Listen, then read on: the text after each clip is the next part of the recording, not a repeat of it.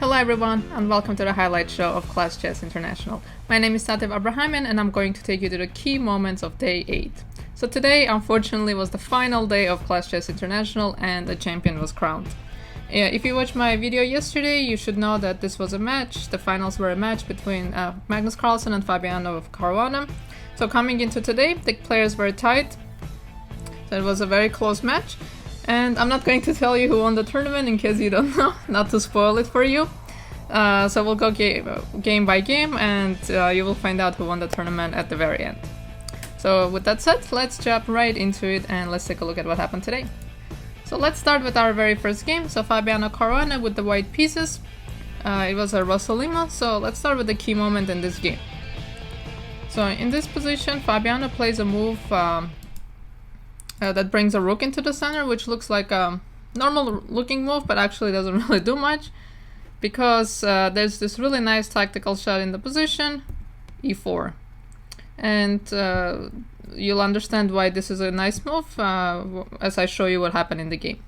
So pawn takes, and now knight e5. So when we go back just one move, we realize that black does have pressure on this f-file, and the queen on g5 can maybe a little annoying. There's maybe some kind of rook g3 ideas at some point, but white is hanging on, and the main issue for black is this knight is just completely out of the game, and white is ready to kick this rook out at some point. And with this move e4, now we see that knight becomes a very important piece, a very important attacker, and this bishop actually becomes useless. Because the bishop e6 was played, but let's say bishop goes to d5, while it's a very nice looking piece, it's not actually doing anything. Okay, so let's take a look at what happened in the game. So bishop e6, and Fabiano decides to sacrifice an exchange. Because it's hard to suggest a good move for him, rook f1 looks like a natural move to defend this guy, but it runs into some unpleasantness, just winning the queen. Okay, instead bishop f5 is played, takes. And Fabiano put up a lot of resistance in this game, so kudos to him for that. And this is something that very good players are really good at just keeping the game going and not collapsing, and just making moves, making their opponent rather keep making decisions, keep having to come up with winning ideas or good moves. And the longer you keep the game going, when you're on the losing side, the higher your chances of muddying the waters, or at least increases the chances of your opponent making a mistake. So f4. So we go for this endgame. Rook goes there to take on g6. d5 is a really nice move, just breaking apart this whole situation that white has going on. And b6 is another nice move, going after this b2 pawn. So check out this part. He gives up his rook, but he's going to win an exchange by promoting this pawn. So Fabiano goes rook g6. So this was another way of giving up the rook. He could have gone rook g1 and done that. So he decided that this pawn might fall, and he wanted to keep this pawns. So king comes here. So this is quite a long game, and I just want to show you the end game of bishop versus rook. So I think here Fabiano could have put a better defense, has his bishop landed on this diagonal, and you will see why.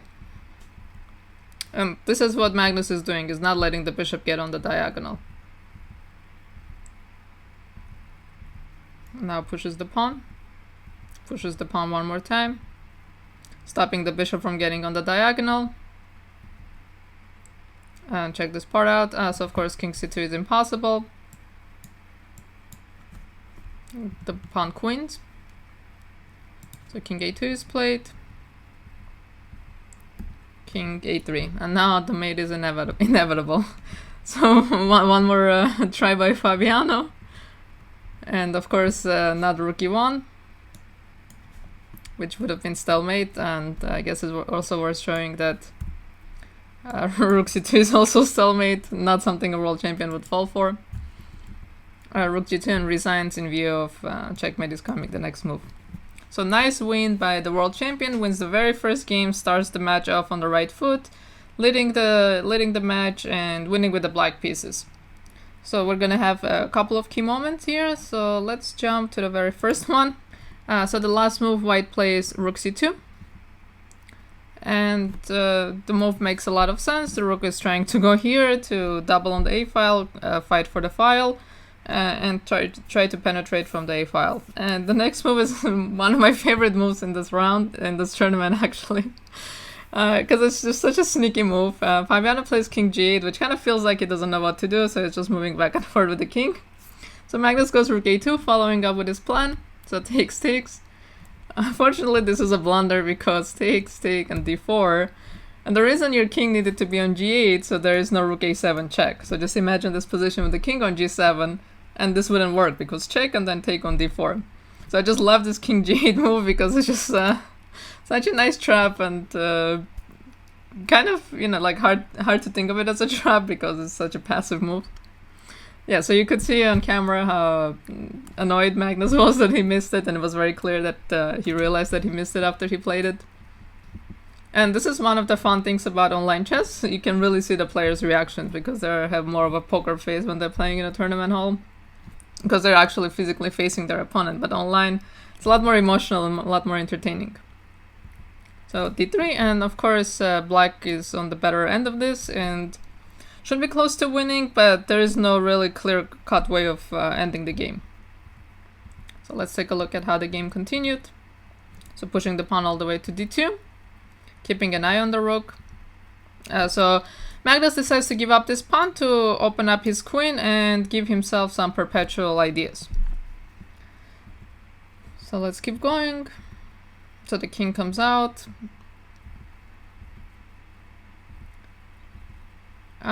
So in this position, he played king e6, and the computer suggests something that most humans wouldn't go for. I think giving up this pawn and taking on b4, and the king can actually run to the queen side, and this pawn is defended by the queen, so it's very convenient, and your pawns are a lot faster because you already have a pawn on second rank, so of course that helps. But I think this is very hard to do with little time on the clock because, you know, feels like maybe you're letting it go, and also feels like you're giving your opponent a lot of chances. So instead, king e6 was played. So a lot of back and forth, and Fabiano was very low on time. And unfortunately for him, as we are nearing the end, so I can give you a spoiler, he was not able to find a breakthrough. So this game just continued until it ended in a perpetual. I'm not sure if either player realized, because when you're playing in a time scramble, sometimes you don't, but you know, the computer automatically ends the game when it's a threefold repetition, because by the rules of chess, in a threefold the game ends. So big miss by Fabiano Caruana. He could have came back the very next game like he did yesterday. After each game he lost yesterday, he won the very next game and tied the match. So big miss, and you know, 4 games left, still clutch games in ahead, so the match is still very close. So this game, we're gonna start on move 23. So Fabiano captures this pawn. So this is so we got here from a Rosolimo. Again, I'm not focusing on the openings because we're trying to see what happened in the game, not learn openings or do some kind of a theoretical discussion. So Magnus actually played e4 here. So this was his missed opportunity. He should have played f5, given up this pawn, and some kind of move. Let's say chase this knight away. So the knight doesn't want to take this bishop and end up in a classical bad bishop versus a good knight, but instead the knight is going to move. And compared to the position, look at this knight on b6 where it can come back to life, attack the pawn. Let's go back to the position. Look at this knight, it just doesn't have a future. So even if I start moving it, it will require so many moves to improve this knight. And even if you make all these moves, it's not clear like where this knight is even headed. So here white is just dominating. So he defends the pawn, goes back with the bishop, puts the bishop on a diagonal. So so Magnus decides to give up the exchange because otherwise the rook is coming, the knight is going to f5. Just completely dominating. This e4 pawn is going to hang. Maybe you can do some rook lifts and try to attack. So he decides to give up the exchange. So let's check out the technique. So exchanges this guys, wins another pawn, and black is stuck with this terrible bishop.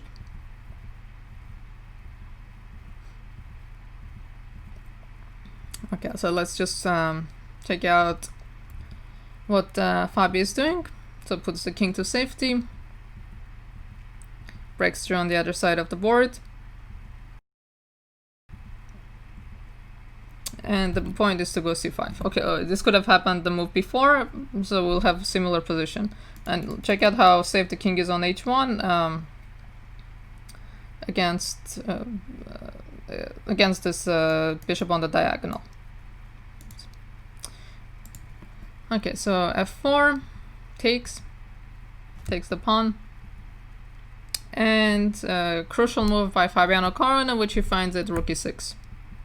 And these checks are not very scary because we can block, check, exchange. So he gives a few checks here, and the pawn is going to queen.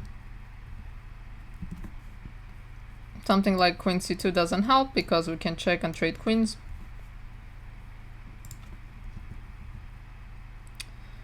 So something we don't see very often. Two queens on the board resigns in view of if check, I will run.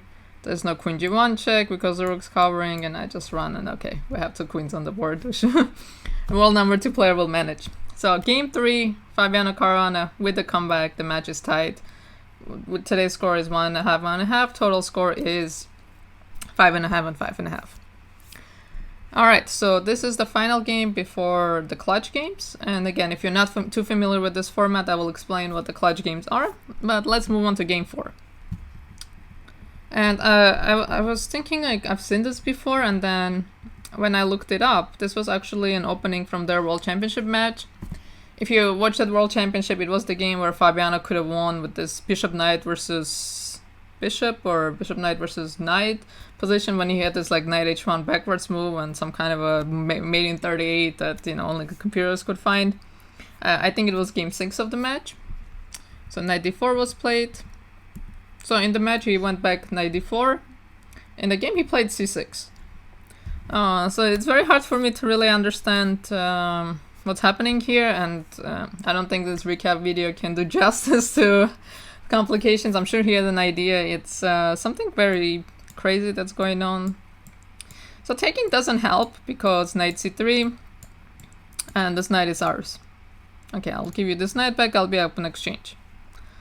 Where's the compensation? And it's just not there. Instead, there's another idea of, if we go here, to play knight d4, but even here I'm just a little unsure of what's going on.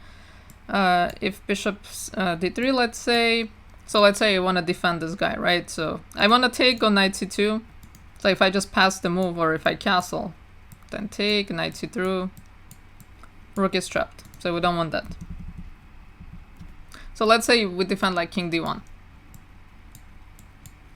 And I'm not sure what's going on in this position, to be completely honest. Like d3 is going to fall, and this knight is black's. This knight is just going to be taken at some point, and the two bishops are quite strong. The pawn structure is bad. The king is a little sketchy in the middle of the board. So I think this is playable, but also possible for white instead of. Let me go back to my lines. No, not here. After knight d4, there's also knight here, and now a3 is hanging. So this is some kind of a mess that needs to be analyzed with a real strong engine. Maybe the final conclusion is that white is just better, and white should have gone for that. But over the board in a quick game, maybe it's a difficult decision to make. So instead he takes a knight, and he goes for this better pawn structure. Okay, so I'm going to play through these moves until we reach our next crucial moment, because this is a, again, long game, and I'm not here to discuss the openings. So b3, king d1, which is a really interesting move, defending this pawn on c2, basically saying, you know, I create a weakness, but so what? And bringing the rook into the game. So both players are improving their position. I always love a rook lift. So takes.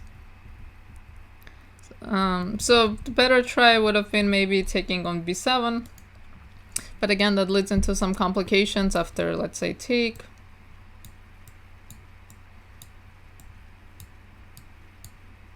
And this bishop is stranded here. So you cannot go here because take. There goes the knight. So that's something to do. So bishop d4, which really relieves the pressure and puts the worst, allows Fabiano to put the worst behind him. So we go down to this endgame. Takes this pawn. More exchanges. Bishop on a8, knight ideal, but good enough. So this is all okay. g5, and huge mistake by Fabiano Caruana playing f5. As he had already like escaped this, you know, this tough position that he had. Like, okay, the opening, I don't know what could have happened in the opening. The middle game was kind of tough for him, and as he's escaping, he makes this big mistake, and rook b4. It's so disappointing to lose like this when you're defending and you think like things going your way, and then you just blunder in one move. So takes, and the problem is there is this distant pass pawn, so white is going to distract black with this pass pawn and just come and take all these guys. So this guy is already hanging, so if f4, and the bishop will come around and take this. And now this pawn is actually super dangerous because you cannot even get to it. So instead king b6 was played, and just takes all the pawns. So I will quickly show how the game ended. Takes and resigns, so we don't even have to worry about not this bishop. This bishop on this square, you know, when in bishop endgames we always look, when there's a corner pawn, we always look like, does the bishop match the corner? But it doesn't matter because white will just put a pawn on f5 and this pawn will queen. There's just no way of stopping it.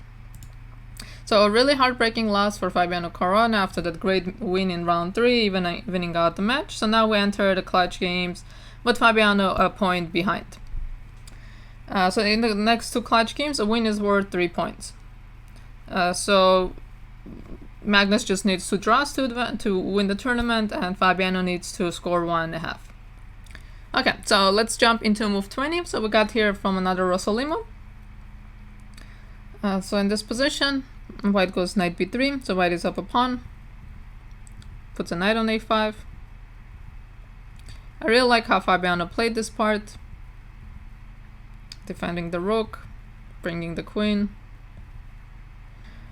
So here he has some kind of a crazy line of playing knight b8.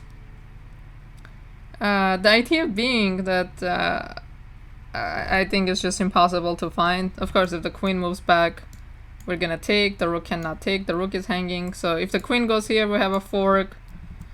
And here there's some kind of an insane line that no normal human being would ever find. But it's just really fun, so I have to show it to you. And just simply just shoving this pawn down the board. The point is the rook cannot move from the e-file. If the rook moves, we're gonna check and mate. And the threat is to just go d7, d8 and queen the pawn. So and then of course there's this queen b7 move, d7, and now the rook can move. Again, I'm just showing you computer line, and I'm just showing you for entertainment because this something like this could, I don't think, would be found, especially in a rapid game. So threatening mate, and f3, and so of course you cannot take because there's a fork.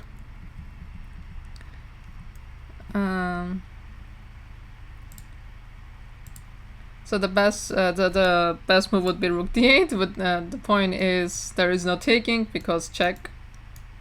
But instead we can do this. And the rook cannot take because of mate. So again, this would never be found in a game, but it's I thought it was very pretty, and you know, just something we wanted to share. But let's move to the game where Fabiano played this position like a normal person, g3.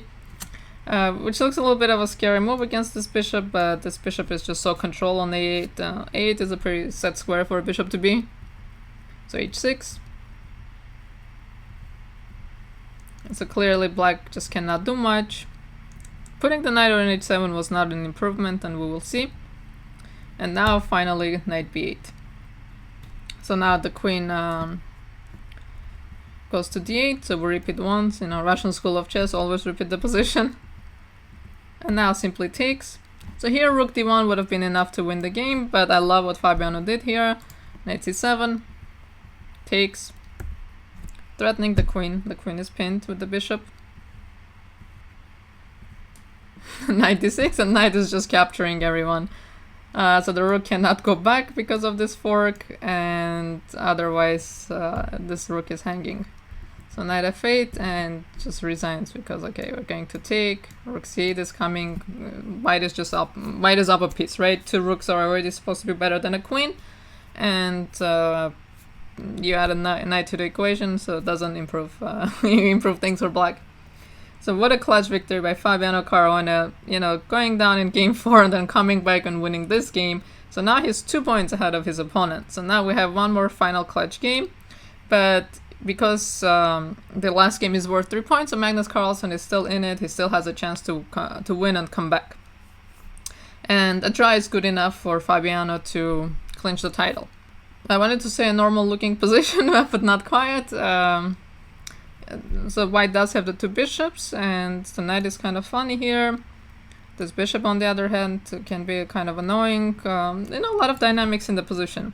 The rooks are coming to the center, but the key thing, I think, for white, if we had to summarize, would be the two bishops. So if Magnus Carlsen finds an amazing move, e6. So maybe Fabiano didn't realize what was headed his way, so he takes the pawn. He should have played f6. But playing f6 is really ugly, allowing your opponent to have this kind of passed pawn. So knight g5, logical follow-up, right? Attacking the pawn. Rook f6, a very logical move, defending the pawn. And now queen c2. He must have seen this when he played e6, but what a concept. And you will see why. So here he should have played g6. Instead he goes rook g6, which looks normal, and rook e6. What a strike in the center. The rook cannot move. That's not the right diagonal for a... Okay. I'm making the arrows worse. The rook cannot move. Rook cannot take the rook because of mate. And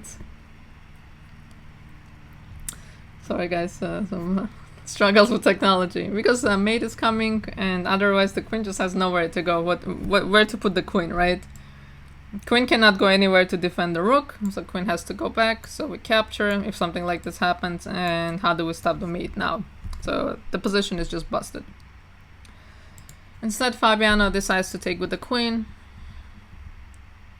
but he doesn't have enough because look at those two bishops. Queen f5,